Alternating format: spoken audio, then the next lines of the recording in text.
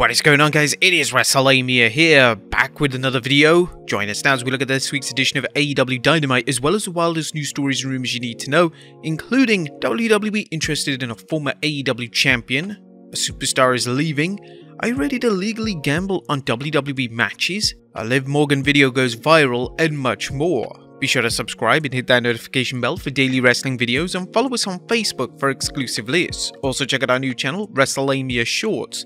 As always, we won't recap the matches, but just look at the good, the bad, and the downright ugly.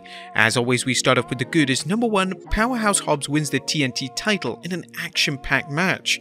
A Power Hobbs' TNT title win suggests there may be hope for AEW's big men. Hobbs has been one of the many wrestlers who's been on the periphery for too long, and while the title win doesn't guarantee a push, it's a good sign. The Falls Count Anywhere match suggests AEW may have also realized how to book the TNT Championship as a title for big men to battle over. The TNT Championship could become a big hoss fight belt. Number 2, AEW renaming All Atlantic title. What's in a name? In the case of the All Atlantic title, a belt that just seems odd. While the international title may sound too close to the intercontinental title, at least it sounds more prestigious. AEW also deserves credit for making the belt into something more than a prop, as it's been defended on a regular basis of late. Orange Cassidy also deserves credit for doing his best to put on entertaining matches. Number 3, Ruby explains her turn. Why did she turn heel? Well, fans found out when Soho made it clear that she didn't turn on the fans turned on her. It's a time-honored explanation in wrestling and worked effectively. Even better, Soho's heel turn is a good way to build up Toni Storm and Soraya's faction. Number 4, Jade Cargill appearance. While AEW didn't use its time well for all of last night's show, the brief appearance by the TNT champion was good, if for no other reason than to remind fans she's still in the company and still looking to crush opponents. Number 5, keeping Ricky Starks busy. Ricky Starks is too good to be sitting on the sidelines, and while AEW has many other stars that should be pushing, Starks has too much main event potential to miss a minute of the spotlight. He doesn't need to chase a title right now, but he does need to stay on the fans' radar, so another feud is a good way to do so. The only question is whether Juice Robinson is going to be seen as enough of a threat that the feud can last long. After all, Starks took on the Jericho Appreciation Society largely by himself, so a program with Juice might be a step down. And Trios title goodness. It looks like AEW is investing plenty of time and plenty of star power into its Trios division. AEW kicked things off with a thoroughly enjoyable best of 7 series between the Elite and Death Triangle, and now it's raising the stakes by featuring 3 main event teams tussling over the titles.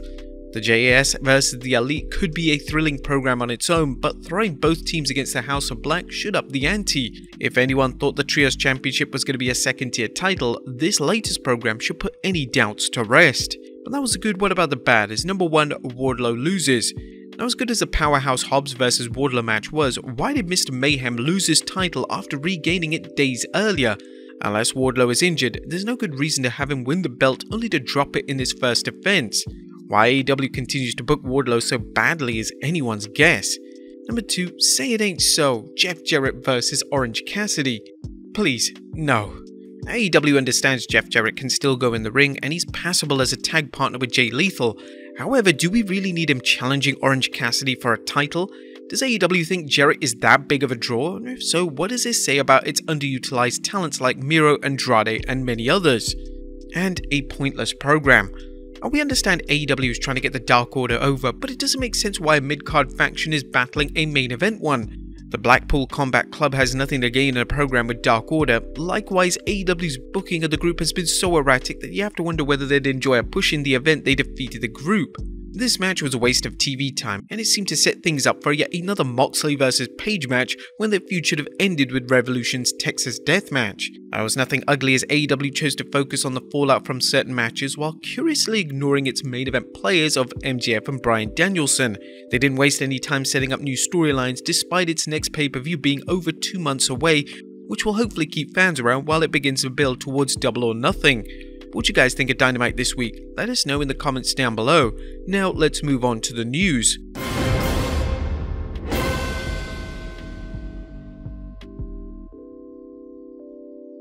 Now, first story looks at, is WWE interested in a former AEW champion? Is the WWE interested in signing Brian Cage? According to Fightful Select, the big man's AEW contract will end soon. However, there's a report that AEW may try and add time to Cage's deal for the time he was off due to an injury.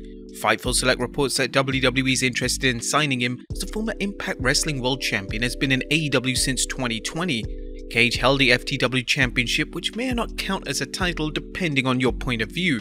Brian Cage looks great, but he's more than a muscleman. Regrettably, he's fallen into the same trap as other big men in AEW, failing to get a sustained push. Cage inevitably seems to be used to make other wrestlers look strong.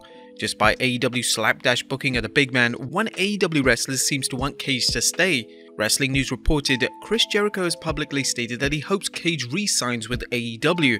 Cage wrestled at the recent Ring of Honor TV and AEW Dark tapings.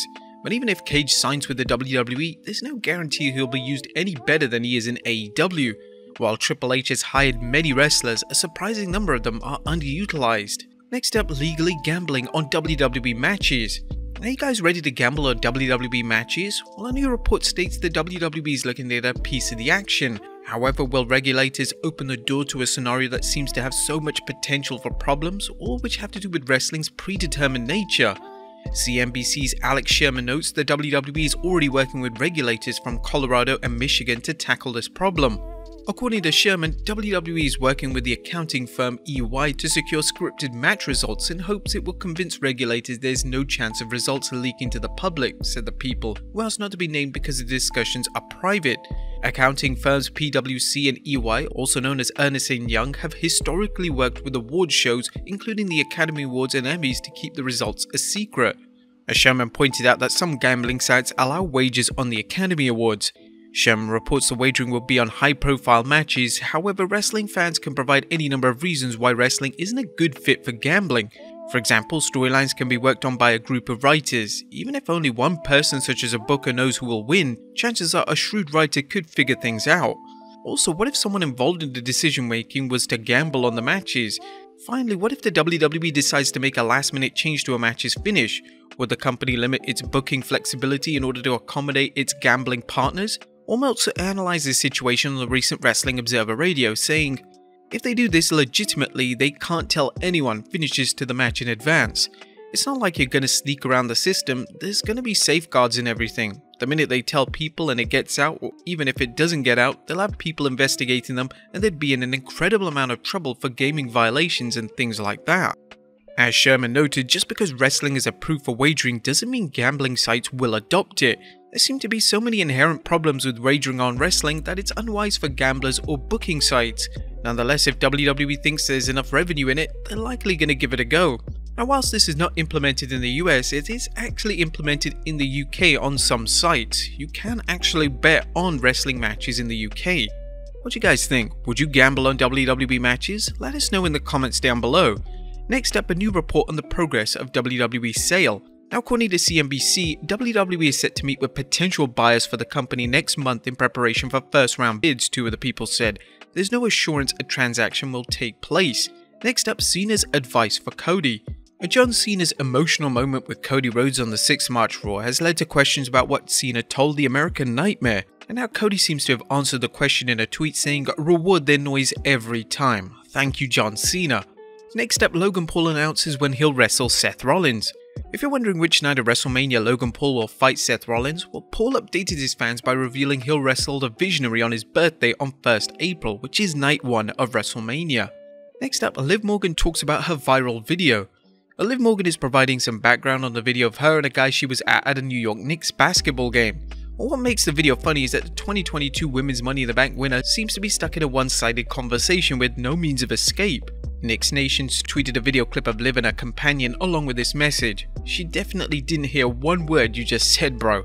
And Morgan appeared on the bump to discuss the video saying, I have so many thoughts, I have so many things I want to say. What a bizarre moment. It's so weird to me what goes viral and what doesn't. I mean, first of all, I wanted to say we had no idea we were even being filmed.